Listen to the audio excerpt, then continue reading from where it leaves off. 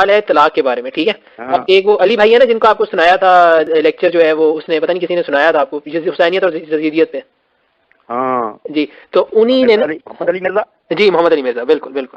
تو انہوں نے نا یعنی کہ طلاق کے بارے میں کہا ہے کہ 3 طلاقیں جو ہے نا وہ اجماع ہے اس کا پوری امت کا، ٹھیک ہے؟ کسی صحابی تابعی تبع تابعی محدث سے صحیح سند سے کوئی ثابت نہیں کر سکتا کہ 3 طلاقیں ایک طلاق ہوتی ہے. یہ کہتے ہیں کہ 800 سال بعد امام ابن تیمیہ نے پہلی دفعہ یہ غلط اجتہاد کیا تھا اور وہ ادھر سے مسئلہ الگ ہوا. نہیں تو یہ ایسے 2% مسائل میں سے ہے جس میں پوری امت کا اجماع ہے، ٹھیک ہے؟ انہوں نے یعنی کہ شروع اس طرح کی بات، اور پھر اس کے بعد آگے جو انہوں نے دلائل دیے نا وہ انہوں نے کہا کہ جو حضرت عبداللہ ابن عباس کی روایت ہے نا وہ سنن نسائی میں بھی ہے ایگزیکٹلی اسی طرح، اور اس میں امام نسائی نے باب باندھا ہے کہ یہ اس کے لیے جو کہ غیر مدخولہ کے لیے جس میں عورت کا صحبت نہ کی ہو، ٹھیک ہے؟ اس کے علاوہ پھر انہوں نے ایک اور حدیث بتائی سنن ابو داؤد کی نا، اس میں کہا ہے کہ یہ حضرت عبداللہ ابن عباس کے پاس ہی ایک شخص آیا جس نے اکٹھی 3 خورشید بھائی نے ہمیں جوائن کیا ہے. السلام علیکم عاطف بھائی، سوال کریں، لائیو ہیں آپ. وعلیکم السلام ورحمۃ اللہ وبرکاتہ. جی علی بھائی میرا آپ سے سوال جو ہے نا ایک حدیث شریف ہے مسلم کی کہ نبی پاک صلی اللہ علیہ وسلم کے دور میں اور ابو بکر صدیق رضی اللہ تعالیٰ عنہ کے دور میں 3 طلاقوں کو ایک تفصیل جو ہے نا کنسیڈر کیا جاتا تھا. تو ایک مولانا اسحاق مدنی رحمہ اللہ کی کنورسیشن ہے فہد بھائی کے ساتھ ریگارڈنگ ٹو یو جو آپ نے اس میں اعتراضات اٹھائے. جی میں نے سنا. جی میرا اس میں سے سوال یہ ہے کہ مولانا اسحاق نے کہا ہے کہ آپ نے کہا کہ غیر مدخولہ کے لیے ہے، تو وہ تو کہتے ہیں پہلے سے ہی چلا آ رہا ہے. انہوں نے تو کہا کہ حنوت یعنی کہ ایسی چیز جو پہلے نہیں تھی، تو اس میں کیا تبدیلی کرنی تھی حضرت عمر نے، پہلا سوال.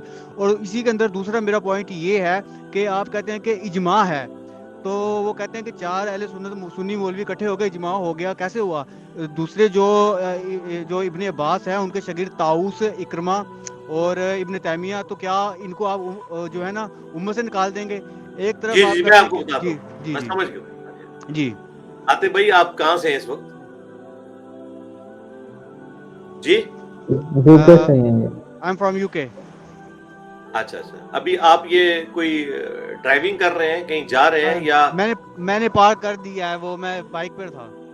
ہاں کیونکہ یہ چیز ضروری ہے. آپ تسلی سے پہلے تو آپ ایسی جگہ پہ کھڑے ہوں جہاں آپ کی لائف کو کوئی تھریٹ نہ ہو. I have parked safely, don't worry about that. اچھا جزاک اللہ. اب آتے بھائی اب وہ جو آپ نے مولانا اسحاق صاحب کی ویڈیو کا ذکر کیا ہے نا، وہ ویڈیو اگر آپ غور سے سنیں نا وہ خود تضادات کا مجموعہ ہے وہ ویڈیو. اس کی وجہ یہ ہے کہ مولانا اسحاق صاحب کیا کہتے ہیں، میں کیا کہتا ہوں، اس کو چھوڑ دیں. جب تک ہم لوگ خود کتابیں کھول کے نہیں پڑھیں گے نا تو ہمیں پتہ نہیں چلے گا کون بندہ بات ٹھیک کر رہا ہے. وہ پوری ویڈیو اس بات کا ثبوت ہے کہ مولانا اسحاق صاحب نے یہ تسلیم کیا ہے کہ اہل سنت کے 4 امام اس کے اوپر متفق ہیں. ٹھیک ہے، یہ ان کا اعلان ہے کہ 4 امام متفق ہیں، ان کو 4 مولوی نہ کہیں. وہی مولانا اسحاق صاحب ہمیں یہ بتاتے تھے کہ 4 امام متفق ہیں اس بات کے اوپر کہ حالانکہ ہم اس سے ایگری نہیں کرتے کہ عورت اور مرد کی نماز کا فرق ہے. تو وہ کہتے تھے کہ جب 4 امام متفق ہیں تو یہ اہل سنت کا متفقہ مسئلہ ہے. یہاں کہ ان کو اہل سنت کا متفقہ مسئلہ نظر نہیں آیا. دوسری بات، انہوں نے ابن عباس کے شاگردوں کی بات کی، اسی فون کال پہ سنے انہوں نے یہ بات بھی مانی کہ واقعی ابن عباس جو اس حدیث کے راوی ہیں مسلم شریف کی کہ نبی الاسلام کے زمانے میں حضرت ابوبکر اور حضرت عمر کے شروع کے زمانے میں 3 ایک ہوتے تھے، انہوں نے مانا کہ ہاں ابن عباس جو ہے نا وہ 3 کو 3 ہی شمار کرتے تھے.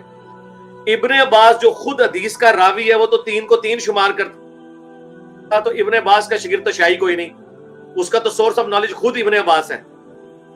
اگر طاؤس تابعی جو ہے وہ ابن عباس کے فتوے کے خلاف چل رہا ہے، حدیث تو ابن عباس نے روایت کی ہوئی ہے، تو مولانا اسحاق صاحب خود مانتے ہیں کہ ابن عباس جو ہے وہ 3 کو 3 مانتا تھا. اس کا مطلب ہے ابن عباس کا وہی موقف تھا جو حضرت عمر کا تھا. اچھا، جو موقف میرا ہے جو اہل سنت کے 4 اماموں کا ہے. چوتھی بات، ابن عباس اتنا دلیر آدمی تھا کہ سن نسائی میں موجود ہے، کیونکہ مولانا اسحاق صاحب کہتے ہیں ابن عباس جو ہے حضرت عمر کے ڈر کی وجہ سے جو ہے نا وہ فتویٰ دیتے تھے. تو میں نے اس کو بھی ریبٹل کیا تھا کہ نہیں، ابن عباس تو وہ ہے جو حضرت معاویہ کے دور میں بھی انہوں نے لبیک بلند آواز سے پڑھا تھا مینا کے خیموں میں، اور انہوں نے کہا انہوں نے بغض علی کی وجہ سے سنت کو چھوڑ دیا جب لوگوں نے بتایا کہ حضرت معاویہ کے ڈر کی وجہ سے لوگ لبیک اونچی نہیں پڑھ رہے. ابن عباس نے تو حضرت معاویہ کو خاطر میں نہیں لائے ہیں جو کہ اپنے مخالفین کے بارے میں بڑے سخت مزاج تھے، تو حضرت عمر کے بارے میں انہوں نے کیوں خاموش رہنا تھا؟ ابن عباس کے بارے میں یہ سوچا بھی نہیں جا سکتا.